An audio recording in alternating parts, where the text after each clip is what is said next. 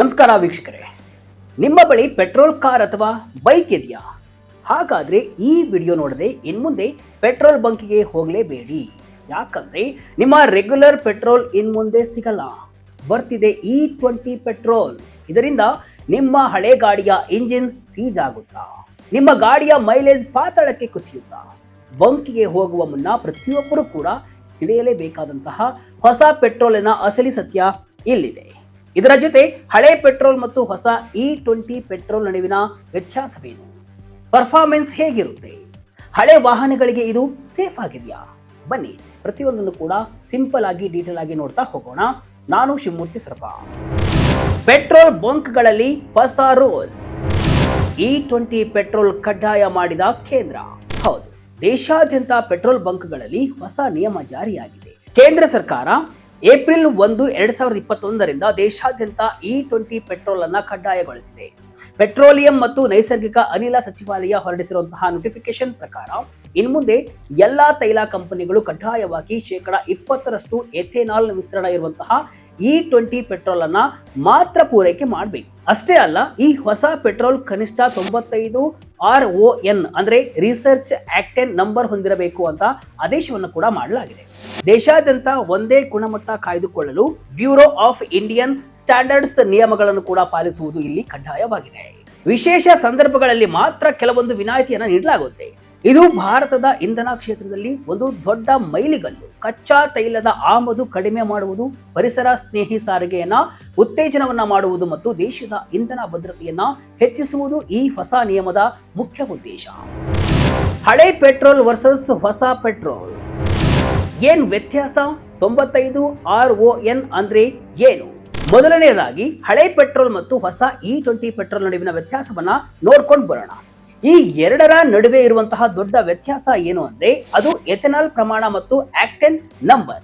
ಈ ಹಿಂದೆ ಬಳಸುತ್ತಿದ್ದಂತಹ ಅಥವಾ ನಾವು ಈಗ ಬಳಸುತ್ತಿರುವಂತಹ ಸ್ಟ್ಯಾಂಡರ್ಡ್ ಪೆಟ್ರೋಲ್ ಅಥವಾ E10 ಪೆಟ್ರೋಲ್ ಅಲ್ಲಿ ಕೇವಲ 10% ಮಾತ್ರ ಎಥೆನಾಲ್ ಇರ್ತಾ ಇತ್ತು.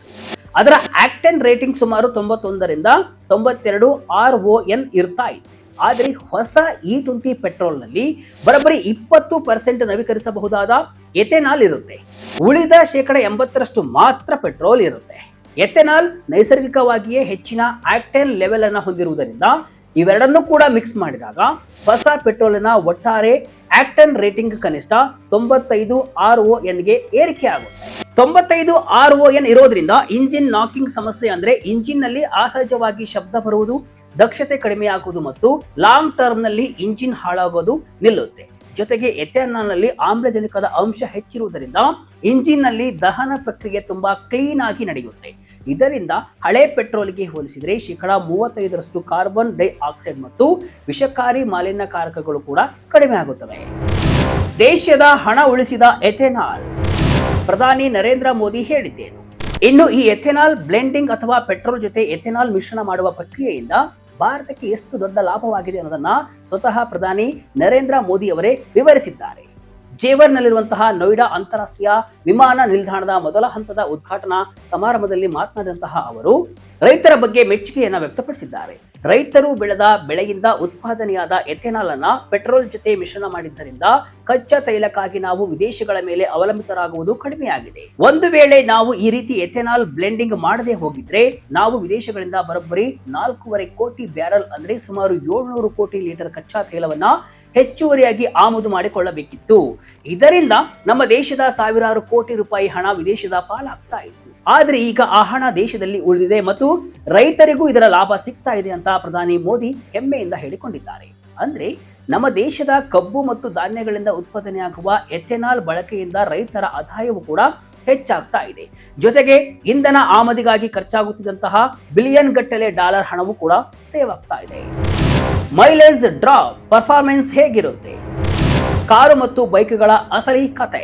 ವೀಕ್ಷಕರೇ, ಈಗ ಎಲ್ಲರ ತಲೆಯಲ್ಲಿ ಕಾಡ್ತಾ ಇರುವಂತಹ ಅತಿ ದೊಡ್ಡ ಪ್ರಶ್ನೆ ಅಂದ್ರೆ E20 ಪೆಟ್ರೋಲ್ ಹಾಕಿಸಿದ್ರೆ ಮೈಲೇಜ್ ಕಡಿಮೆ ಆಗುತ್ತಾ ಅನ್ನೋದು. ಹೌದು, ಪೆಟ್ರೋಲ್ಗೆ ಹೋಲಿಸಿದ್ರೆ ಎಥೆನಾಲ್ ನ ಕ್ಯಾಲೋರಿಫಿಕ್ ವ್ಯಾಲ್ಯೂ ಅಂದ್ರೆ ಎನರ್ಜಿ ಡೆನ್ಸಿಟಿ 30% ಕಡಿಮೆ ಇರುತ್ತೆ.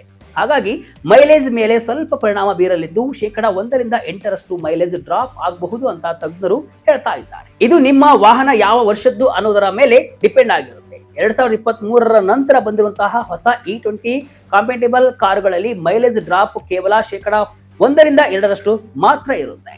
ಆದ್ರೆ ಹಳೆಯ ವಾಹನಗಳಲ್ಲಿ ಇದು 3-6% ಅಥವಾ ಕೆಲವರ ಪ್ರಕಾರ ಮೈಲೇಜ್ 10% ಗಿಂತ ಹೆಚ್ಚು ಇಳಿಕೆ ಆಗಬಹುದು. ಇನ್ನು ಬೈಕ್ ಮತ್ತು ಸ್ಕೂಟರ್ ವಿಚಾರಕ್ಕೆ ಬಂದ್ರೆ 2023 ನಂತರದ ಹೊಸ ಬೈಕ್ಗಳಲ್ಲಿ 1-6% ಮೈಲೇಜ್ ಡ್ರಾಪ್ ಆಗಬಹುದು. ಆದರೆ ಹಳೆಯ ಕಾರ್ಬೊರೇಟರ್ ಇರುವ ಬೈಕ್ಗಳಲ್ಲಿ ಬರೋಬ್ಬರಿ 20% ವರೆಗೂ ಮೈಲೇಜ್ ಡ್ರಾಪ್ ಆಗುವ ಸಾಧ್ಯತೆ ಇದೆ ಅಂತ ಹೇಳಲಾಗ್ತಿದೆ. ಆದರೆ ಪರ್ಫಾರ್ಮೆನ್ಸ್ ವಿಚಾರದಲ್ಲಿ E20 ಭರ್ಜರಿ ಎನರ್ಜಿಯನ್ನು ಕೊಡುತ್ತೆ. 95 RON ಇರುವುದರಿಂದ ಸಿಟಿ ಟ್ರಾಫಿಕ್ ನಲ್ಲಿ ಪಿಕಪ್ ಮತ್ತು ಆಕ್ಸಲರೇಷನ್ ತುಂಬಾ ಸ್ಮೂತ್ ಆಗಿರುತ್ತೆ. ನಿಮ್ಮ ವಾಹನಕ್ಕೆ E20 ಪೆಟ್ರೋಲ್ ಸೇಫಾ? ಯಾವ್ಯಾವ ಕಾರ್ ಬೈಕ್ಗಳಿಗೆ ಸಪೋರ್ಟ್? ಹಾಗಾದ್ರೆ ಯಾವ ವಾಹನಗಳಿಗೆ ಈ ಪೆಟ್ರೋಲ್ ಸೇಫ್? ಏಪ್ರಿಲ್ 2023 ನಂತರ ಭಾರತದಲ್ಲಿ ತಯಾರಾದ ಬಹುತೇಕ ಕಾರು ಮತ್ತು ಬೈಕ್ಗಳು ಸಂಪೂರ್ಣವಾಗಿ E20 ಪೆಟ್ರೋಲ್ಗೆ ರೆಡಿ ಆಗಿವೆ. ಇವುಗಳಲ್ಲಿ ಇಂಜಿನ್ ಕ್ಯಾಲಿಬ್ರೇಷನ್ ಮಾಡಲಾಗಿದೆ ಮತ್ತು ತುಕ್ಕು ನಿರೋಧಕ ಪಾರ್ಟ್ಸ್ ಬಳಸಲಾಗಿದೆ. ಎಲ್ಲ BS6 ಫೇಸ್ 2 ಎಂಜಿನ್ಗಳು ಇದಕ್ಕೆ ಸಪೋರ್ಟ್ ಮಾಡುತ್ತೆ. E20 ಪೆಟ್ರೋಲ್ಗೆ ಸಪೋರ್ಟ್ ಮಾಡುವಂತಹ ಕಾರುಗಳ ಲಿಸ್ಟ್ ನೋಡೋದಾದ್ರೆ ಮಾರುತಿ ಸುಜುಕಿಯಲ್ಲಿ 2023 ಏಪ್ರಿಲ್ ನಂತರದಂತಹ ಬಂದಂತಹ ವೆಗ್ನೋರಾ, ಆಲ್ಟೋ, K10, ಸ್ವಿಫ್ಟ್, ಡಿಸೈರ್, ಒಲೆನೋ, ಬ್ರಿಜಾ, ಎರಿಟಿಗಾ, ಗ್ರ್ಯಾಂಡ್ ವಿಟಾರಾ ಮತ್ತು ಜಿಮ್ನಿ ಕಾರುಗಳು E20ಗೆ ರೆಡಿ ಆಗಿವೆ.